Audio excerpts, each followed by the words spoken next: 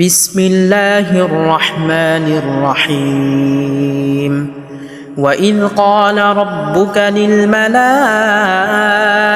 إني جاعل في الأرض خليفة قالوا أتجعل فيها من يفسد فيها ويسفك الدماء ونحن نسبح بحمدك ونقدس لك قال إني أعلم ما لا تعلمون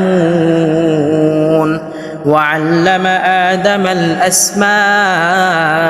كلها ثم عرضهم على الملائكة